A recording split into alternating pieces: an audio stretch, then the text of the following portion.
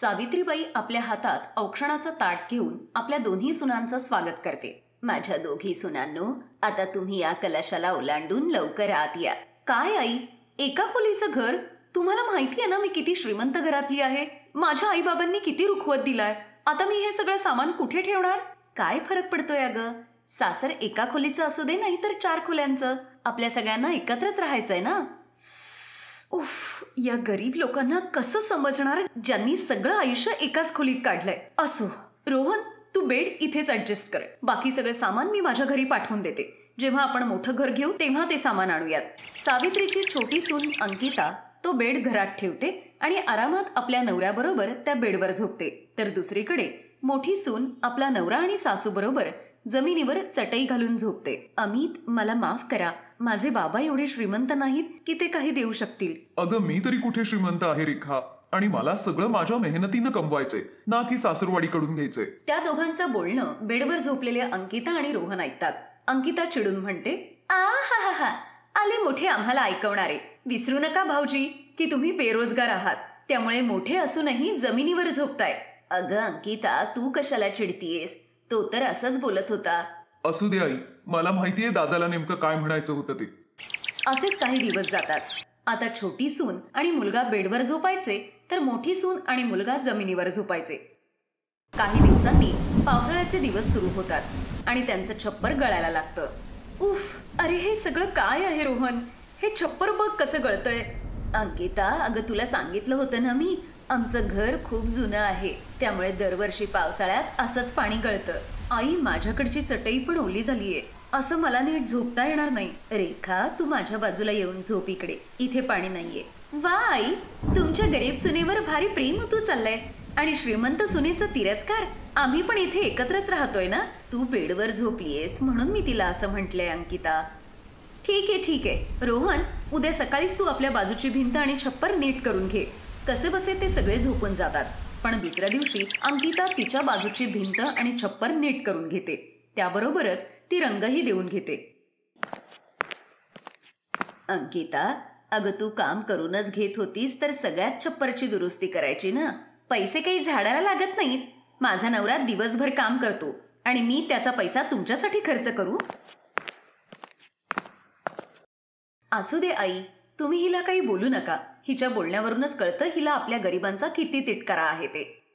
दुसऱ्या दिवशी पुन्हा पाऊस येतो आणि रात्री अंकिता आरामात झोपते. पण इकडे रेखाच्या बाजूला पाणी गळत असल्यामुळे ती नीट झोपू शकली नाही. अहो, आज जरा जास्तच पाणी गळतंय या बाजूला, आपण असे झोपू शकणार नाही. तू काळजी करू नकोस, उद्या काहीतरी जुगाड करतो. दुसऱ्या दिवशी सकाळी अंकिता आपल्या गरीब जावेची थट्टा करते. गरीब जाऊबाई, मला वाटतं तुम्ही जास्तच दुःखी आहात. डोळे कसे लाल झालेत. रात्री नीट झोप झाली नाही वाटतं. तशी मलाही नीट झोप नाही लागली. ते काय आहे ना, खूप गरम होत होतं. हरकत नाही, मला तर केवळ एक फोन करायचाय, मग माझे आई बाबा लगेच माझ्यासाठी एसी पाठवतील. अंकिता तसंच करते. वडिलांना फोन करून ती आपल्या घरी एसी लावून घेते. पण एकाच खोलीत एसी लावल्यामुळे त्याची हवा सगळ्यांनाच मिळत होती. तिच्या गरीब जावेलाही थंड हवा मिळत होती आणि हीच गोष्ट अंकिताला अजिबात खपत नव्हती. एसी मी माझ्यासाठी लावलाय रोहन, ना की त्या गरीब जावेसाठी. त्या फुकटच हवा खातायत. मग तू सांग डार्लिंग, तुला नक्की काय हवंय? तू उद्या पडदे घेऊन ये आणि इथे मध्ये लाव, म्हणजे एसीची हवा त्या बाजूला जाणार नाही. अंकिता आपल्या जावेचा इतका तिरस्कार करत होती की तिला तिच्या एसीची हवा सुद्धा जावेला द्यायची नव्हती. गरीब रेखा दिवसभर घरात काम करायची, पण रात्री गरमीमुळे आणि पावसामुळे ती नीट झोपू सुद्धा शकत नव्हती. रोहन, तू आजच मिस्त्रीला घरी बोलवून आण. आपण आपल्या बाजूचा हिस्सा थोडा वर करून घेऊयात. या गरिबांमुळे उगाच मलाही या पावसाचा त्रास होतोय. हे पावसाचं घाण पाणी उगाच माझ्या बाजूला साठतं. सुनबाई, कुठल्या गरीबाला इतकं छळणं चांगलं नव्हे. तुम्ही गप्पा बसा आई. ऐक ना रोहन, आज मला समोसे खायची खूप इच्छा झालीये. तू बाहेरून आपल्या दोघांसाठी घेऊन ये ना. हो, मी आत्ता घेऊन येतो. मग संध्याकाळी खूप जोरात पाऊस पडतो आणि त्यामुळे घरात पाणी साठतं. इकडे चुलीपर्यंत पाणी आल्यामुळे रेखा बिचारी खाणं बनवू शकत नव्हती आणि त्या तिघांनाही उपाशीच झोपावं लागतं. गरीब लोकांबरोबर असंच होतं. आता पास कर अंकिता, तू श्रीमंत आहेस याचा अर्थ असा नाही की दरवेळी तू आमची थट्टा मस्करी करावीस. असेच दिवस जात होते. एक दिवस रोहन ऑफिसमधून घरी येत होता तर खड्ड्यात त्याचा पाय अडकतो. त्याच्यामुळे त्याचा पाय मुरगळतो आणि तो अंथरूण धरतो. आता तर तो नोकरीवरही जाऊ शकत नव्हता. अंकिताला पैशांची कमी जाणवते. मग ती आपल्या आईला फोन करून मदत मागते. आई बघ, काही मदत होत असेल तर.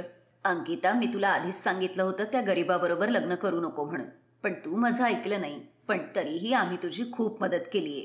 आता यापुढे अजून नाही करू शकत. तुझ्या वडिलांना कामात आधीच खूप मोठं नुकसान झालंय, त्यामुळे आपली कंपनी आता बंद होण्याच्या मार्गावर आहे.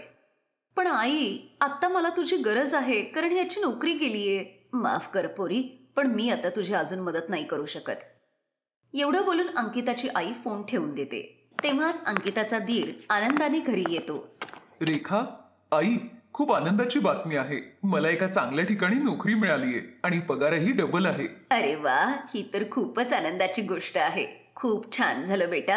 आता आपल्याला ना कुणापुढे हात पसरण्याची गरज, ना कुणाचं बोलणं ऐकण्याची. हे ऐकून अंकिताला आपल्या चुकीची जाणीव होते आणि ती त्या सगळ्यांची माफी मागते. मला माफ करा. मी माझ्या श्रीमंतीच्या गर्वापायी मी तुमच्याशी खूप वाईट वागले, पण आता मला माझ्या चुकीची जाणीव झालीये. काही हरकत नाही अंकिता.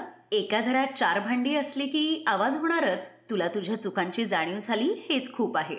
आणि तसंही आपण सगळेजण एकत्र एकाच खोलीत राहतो, त्यामुळे आपल्यामध्ये कितीही अंतर असलं तरी संकटाच्या वेळी आपण सगळे एकत्रच असणार आहोत. अशा वेळी आपणच एकमेकांच्या मदतीला नाही येणार तर मग कोण येणार? अशा प्रकारे पूर्ण परिवार एकत्र येतो आणि सगळ्या संकटांचा सामना एकत्रच करतात.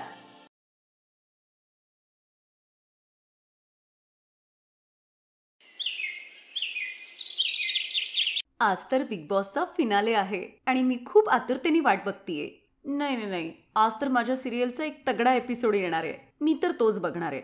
नाही, आज इंडिया पाकिस्तानची मॅच आहे, मी ती बघणार आहे. नाही, आज माझी फेवरेट मूवी लागणार आहे, मी तोच बघणार आहे. त्या चौघींमध्ये टीव्ही बघण्यावरून वादावादी सुरू झाली आणि त्यांचा आवाज ऐकून त्यांची सासू सरला तिथे आली. अगं बास करा आता तुम्ही चौघी जणी. तुमच्या भांडणाची तर हद्द झाली आता. सतत त्या टीव्हीवरून वाद घालता. आता तुमच्या चौघींपैकी कोणी टीव्ही बघणार नाही. माझा सत्संगचा कार्यक्रम लागणार आहे, मी आज तोच बघणार आहे. माझ्याकडे द्या टीव्हीचा रिमोट आणि तुम्ही जाऊन कामाला लागा. सरला त्यांच्याकडून रिमोट घेते आणि आपला आवडीचा कार्यक्रम लावून बसते. काही दिवसांनी, तू जर मला त्या दिवशी इंडिया पाकिस्तानची मॅच बघू दिली असतीस तर काय जाणार होतं ग? तुझी बकवास सिरियल तर रोजच लागते ना. हां, आणि माझा बिग बॉसचा फिनाले जो गेला तो सतत आपली मॅचच्या नादी लागत असते. तुला माहिती तरी एका ओव्हरमध्ये किती बॉल असतात ते? अगं तुम्ही सगळ्याजणी गप्प बसा, नाहीतर आई आपल्याला या किचनमधून पण हाकलून देतील. म्हणून सांगते, हे सगळे बकवास कार्यक्रम बघण्यापेक्षा कॉमेडी सिरियल बघा, त्यामुळे वादावादी कमी होईल जरा. अरे मग आपल्या घरात काही कॉमेडी शो कमी चालतात? इथलेच शोज रोज बघायचे ना. चौघीजणी या गोष्टीवरून हसू लागतात आणि हॉलमध्ये बसलेली सरला त्यांना म्हणते, अगं आता काय झालं तुम्हाला हसायला? लवकर लवकर स्वयंपाक करून घ्या. यांचं पण काही समजत नाही, कधी हसतात आणि कधी भांडतात. असंच यांच्या घरात रोज चालायचं. एक दिवस यांची सासू त्यांना म्हणते, तुम्ही चौघी जणी कान उघडे ठेवून ऐका. उद्या तुमचे मावस सासू आणि सासरे येणार आहेत. त्यांच्यासमोर तुम्ही चौघी जणी जराही भांडणार नाही आहात. मला काही वादावादी नकोय. आई, मी तर कधीतरीच मॅच बघते, नाहीतर मी कुठे टीव्ही बघत असते. हा मग आम्ही पण तर कधीतरीच आमच्या मर्जीचं बघतो. किती खोटं बोलते तू. टीव्ही ऑन झाला नाही की तू लगेच जीन सारखी प्रकट होतेस. हो ना, एक फक्त मीच आहे की जे कोणाकडून रिमोट घेत नाही. खोटं बोलू नकोस. तूच एक आहेस जी नागिणीसारखी त्या टीव्ही समोर फटकल मारून बसते. अशीच त्या चौघींचीही वादावादी सुरू असायची. यांची भांडणं सोडवता सोडवता कदाचित मलाच ही दुनिया सोडावी लागेल. काही होऊ शकत नाही या चौघींचं. दुसऱ्या दिवशी त्यांचे मावस सासू सासरे घरी येतात. अरे वा सरला, घर तर तू खूपच छान सजवून ठेवलंयस. अगं हे सगळं तर माझ्या सुनांनी केलंय. त्याच सगळं घर स्वच्छ ठेवतात. अच्छा, तशा आहेत कुठे तुझ्या 4 सुना? किचनमध्ये असतील. अजून कुठे जाणार? आत्ता बोलावते, थांब. अगं पायल, टीना, अनुराधा, रुपाली, लवकर बाहेर या. बघा मावशी आलीये. सासूचा आवाज ऐकून चौघी सुना बाहेर आल्या आणि आपल्या मावस सासू सासऱ्यांच्या पाया पडल्या. वा वा, किती संस्कारी सुना आहेत. रूप, गुण, संस्कार सगळं काही आहे यांच्यात. आत्ता टीव्ही सुरू होऊ दे, मग सगळे संस्कार बाहेर येतील यांचे. तू नक्कीच काहीतरी पुण्य केलं असशील म्हणून तुला एवढ्या सुशील आणि संस्कारी सुना मिळाल्यात. त्या दोघीजणी बोलतच होत्या तेवढ्यात अनुराधा तिथे येते. आई, मावशी आणि काका, तुम्ही पण चला, स्वयंपाक तयार आहे. जेवण झाल्यानंतर सासूबाई आणि मावशी बाहेर चालायला जातात आणि सासरे बुवा टीव्ही लावतात. याच संधीचा फायदा घेऊन पायल तिथे येते. काका, तुम्ही न्यूज कशाला बघताय? एकच न्यूज सगळ्या चॅनलवर वेगवेगळ्या पद्धतीने सांगत असतात. आता ना टेस्ट मॅच सुरू होणार आहेत, त्या लावा ना तुम्ही. मग काका चॅनल बदलतात. मग टीना तिथे येते. अरे, ही काय मॅच बघत बसलाय तुम्ही? स्टार प्लसवर जी सिरियल येणार आहे ती लावा ना. माझ्या आवडीची सिरियल आहे ती, तुम्ही ती लावा काका. आज त्यांची सून परत येणार आहे. मनोहर काका पुन्हा एकदा चॅनल बदलतात, पण यामुळे पायल चिडते. मग नंतर रुपाली तिथे येते. अरे, ही सिरियलची उगाच यांची नाटकं असतात. काका, तुम्ही ना तो रिअलिटी शो लावा. मग काका पुन्हा एकदा चॅनल बदलतात. मग यावेळी अनुराधा येते. काका, आज ना सलमान खानचा पिक्चर येणार होता, तो लावा ना. मनोहर काका पिक्चर लावतात. काका, तुम्ही हे सगळं थांबवा आणि सिरियल लावा ना. नाही मॅच, नाही रियालिटी शो, नाही पिक्चर. अशा प्रकारे त्या चौघींमध्ये पुन्हा एकदा भांडणं सुरू होतात. मनोहर त्यांना गप्पा करण्याचा खूप प्रयत्न करतात, पण काहीच उपयोग होत नाही. त्या चौघींचा आवाज बाहेरपर्यंत येतो आणि सरलाच्या कानावर पडतो. अरे देवा, पुन्हा यांचं रामायण सुरू झालं आता. कसलं रामायण ग? सरला आणि मावशी भराभर आपल्या घराकडे येतात. अरे देवा, हे काय आहे सगळं? हीच तर या चौघींची सगळ्यात मोठी कमजोरी आहे, हा टीव्ही. तशा या चौघी जणी खूप चांगल्या आहेत, पण टीव्हीत स्वतःचा आवडीचा कार्यक्रम बघण्यासाठी नुसत्या वेड्या होतात. अगं, मग तू या चौघींसाठी वेगवेगळ्या टीव्ही का नाही लावून घेत?